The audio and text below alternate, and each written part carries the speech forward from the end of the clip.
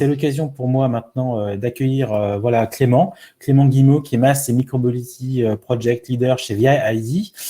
Clément, c'est à vous l'occasion de représenter un petit peu VIA-ID, la vision que vous avez par rapport à ces enjeux de mobilité et puis potentiellement quelques solutions ou start-up de votre réseau qui pourraient permettre d'y répondre. Exactement, bonjour à tous. Très heureux d'être présent parmi vous aujourd'hui et merci pour cette opportunité, Vincent. Donc, je vais prendre 10 minutes pour essayer de vous partager les principaux enseignements qu'on retient à date de l'impact de la crise sur les mobilités urbaines et pousser certaines des solutions qu'on identifie. Donc, tout d'abord, quelques mots sur VIA-ID pour ceux qui ne nous connaissent pas encore. On est la branche européenne, la branche Nouvelle Mobilité Urbaine du groupe Mobilia, qui est le leader européen de la maintenance automobile. Vous connaissez certainement sous les marques Noroto ou Midas, par exemple.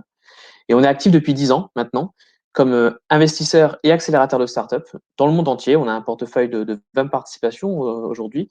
Dans le portefeuille, on a des acteurs qui sont des leaders mondiaux comme Getaround, anciennement Drivey, qui est le leader mondial de l'autopartage, Klaxit, qui est le numéro 1 en France du covoiturage domicile-travail, ou encore Hitch, qui est un des principaux opérateurs de VTC en France et en Europe.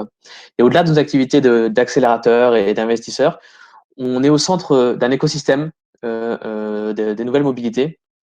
On a créé entre autres le Move Lab à Station F, donc l'accélérateur des nouvelles mobilités de Station F, c'est nous qui l'opérons. Et on a créé avec le Parlement européen le European Startup Prize for Mobility, qui est la plus grande initiative, le plus grand concours de start-up des nouvelles mobilités en Europe. J'en profite pour saluer Jean Deté, car Europcar est un partenaire majeur du prix depuis le tout début. Alors, que penser de la crise actuelle? Ce qu'il faut retenir dans un premier temps, c'est que la crise se caractérise par sa violence et par sa durée. Il est toujours intéressant de revenir aux chiffres pour quantifier les choses. Et la semaine dernière, Citymapper estimait que dans la plupart des grandes villes européennes, nord-américaines et certaines villes asiatiques, le niveau de mobilité était 20 fois inférieur à la normale, 20 fois inférieur 2 mois après le début du confinement. Il y a un autre élément intéressant, grâce à une des startups que nous avons en portefeuille, Xi, qui a connecté des dizaines de milliers de véhicules en Europe. On a une information intéressante. On observe que 50% des véhicules aujourd'hui restent immobiles. Ce sont les chiffres qu'on a aujourd'hui pour la France. Et cette tendance n'a pas beaucoup évolué au cours des 2 mois du confinement. Alors bref, on est clairement dans une période inédite, sans précédent dans l'histoire moderne, et qui impacte extrêmement violemment les acteurs de la mobilité. Alors, nous, en tant qu'investisseurs, on est évidemment particulièrement attentifs au monde des startups. J'ai sélectionné ici quelques nouvelles, quelques news qui illustrent les difficultés actuelles du secteur. Le géant du VTC américain Lyft a licencié 17% de ses salariés il y a quelques jours. Bird, qui est un géant mondial des trottinettes en free floating, s'est séparé de 30% de ses effectifs. Depuis hier, hein, il y a des rumeurs qui bruissent comme quoi Uber chercherait à réduire de 1/5 ses effectifs. Et il y a aussi une petite bombe qui tourne depuis hier, Lime, là aussi un géant des trottinettes, qui était valorisé il y a 1 an quasiment jour pour jour, à plus de 2 milliards de dollars, va réaliser un tour de financement avec une valorisation 5 fois inférieure. Bref, derrière ces grands noms et ces quelques exemples, on constate qu'il y a tout un écosystème de startups qui souffre durablement. Et plus généralement, c'est l'ensemble de l'industrie des transports qui est très touché, et y compris des acteurs historiques, des acteurs qui sont bien établis et solides a priori. Et je pense en particulier aux sociétés liées au transport public. Il y a une étude de Kizio et Roland Berger qui est sortie au début du mois dernier, qui estimait que les ressources disponibles cette année pour les transports en commun allaient baisser de 9 à 13% cette année en France. Et je pense que de fait, on est en dessous de la réalité puisque l'étude date d'il y a quelques semaines. Donc clairement, ce qu'il faut retenir ici, c'est qu'on n'est pas dans un scénario où les acteurs font le dos rond et pourront tout simplement redémarrer leurs activités comme si de rien ne s'était passé à la levée du confinement. Certains acteurs auront disparu, il faut bien le réaliser. D'autres seront véritablement exsangues financièrement. Puis il y aura des consolidations, des acteurs qui vont fusionner. Bref, une des possibilités, c'est qu'on change de monde. Et ce nouveau monde, à quoi va-t-il ressembler? Alors la chance que l'on a, si je puis dire, c'est que dans certains pays, certaines villes, ils sont en avance, notamment en Asie. La crise est derrière eux. Et on peut donc anticiper dans une certaine mesure, grâce à ça, ce qui va se passer après la levée du confinement. Et une hypothèse possible, c'est un retour en force de la voiture individuelle. Les chiffres sur le slide sont issus d'un sondage réalisé par Ipsos en Chine après la levée du confinement, et on observe que 34% des sondés déclarés avant la crise du coronavirus utilisaient de manière régulière leur voiture individuelle. Après la crise, ils sont 66%, le double. Et la principale raison, c'est tout simplement la peur d'être contaminé, la peur légitime d'être contaminé. Et la seconde raison, c'est que les transports en commun auront une capacité de transport durablement réduite, compte tenu des exigences de distanciation physique. On se prépare à cette situation en Europe. Le maire de Londres évoquait 15% des capacités en sortie de confinement. Et Valérie Pécresse a évoqué 20% pour la région Île-de-France pour les prochaines semaines, peut-être pour les prochains mois. Et là aussi, pour donner un ordre de grandeur, ça représente 4 millions de personnes en Île-de-France qui vont se retrouver sur le carreau, si je puis dire, qui vont devoir trouver une solution alternative. Alors, malgré tout, à quelque chose, malheur est bon, on assiste certainement à un moment historique pour le monde des deux roues. Partout dans le monde, des pistes cyclables temporaires sont tracées. En France, il y a le CEREMA qui a fait un travail remarquable sur le sujet. Les collectivités, les acteurs publics s'engagent sur des plans vélo qui auraient été inimaginables il y a encore quelques années. On peut citer Milan, Bruxelles, Bogota, Berlin. En France, il y a Nice, il y a Montpellier, il y en a beaucoup. Le plus impressionnant, si je puis dire, c'est en région Île-de-France où la région s'est engagée à financer entièrement le RER vélo, un peu plus de 300 millions d'euros de financement. Et c'est extrêmement intéressant, parce que la clé pour les mobilités douces, à long terme, c'est les infrastructures. Si les pays nordiques sont tant en avance sur nous, c'est pas qu'une question de culture. C'est parce qu'ils ont mis en place, dans les années 70, tout un réseau de pistes cyclables, de garages, bref, d'infrastructures qui sécurisent les usagers. Donc, ce qu'on peut dire aujourd'hui, c'est que les voyants sont au vert, très franchement, pour que l'usage des micromobilités, et vélo électrique et trottinette électrique en premier lieu, l'usage des micromobilités explose post-confinement.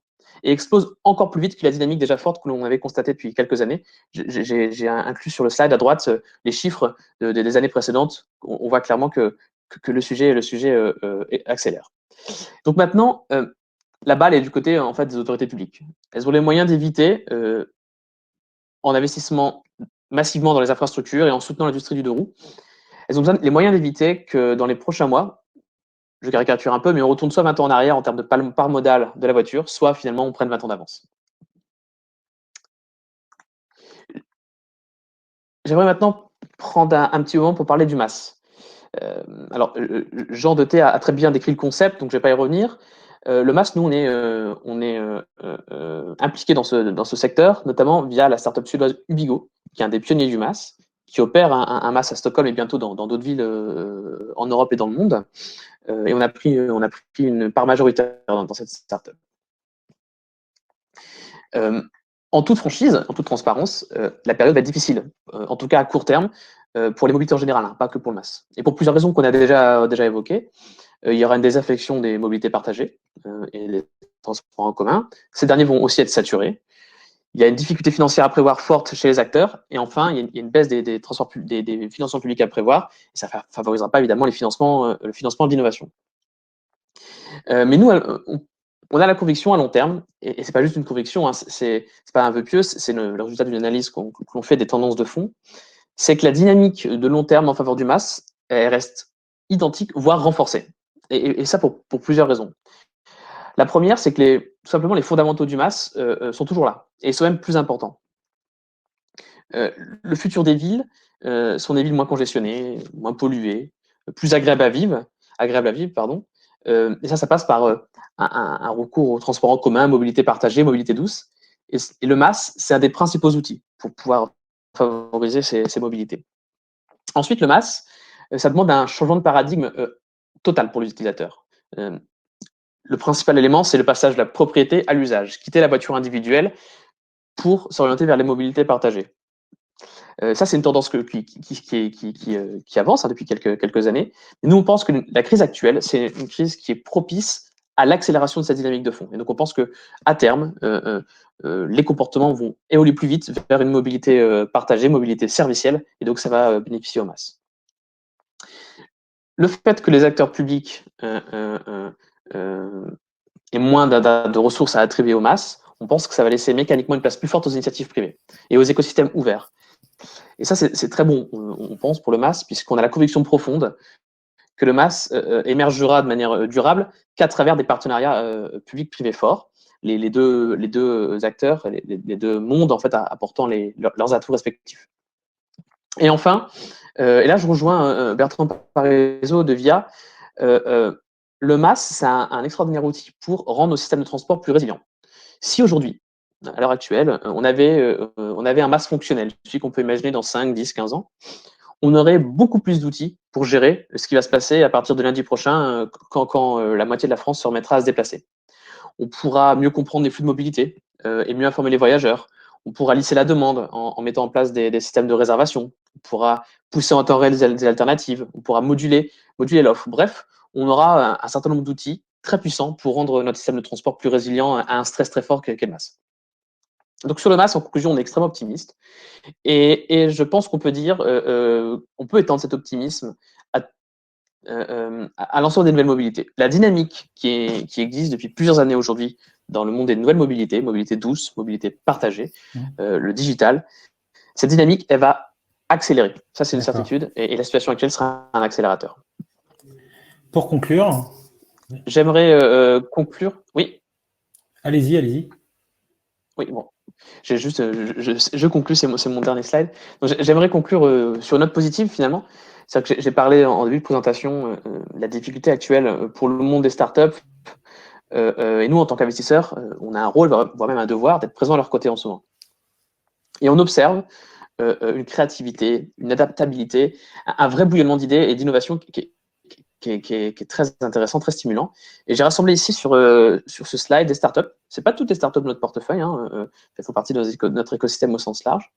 Des startups qui sont prêtes à rebondir et à répondre aux besoins nouveaux, besoins différents des entreprises et des collectivités. Donc, je vous invite à consulter le webinaire qu'on a réalisé pour eux la semaine dernière, puis un autre cet après-midi, pour découvrir ce qu'elles ont à proposer dans le contexte post-Covid.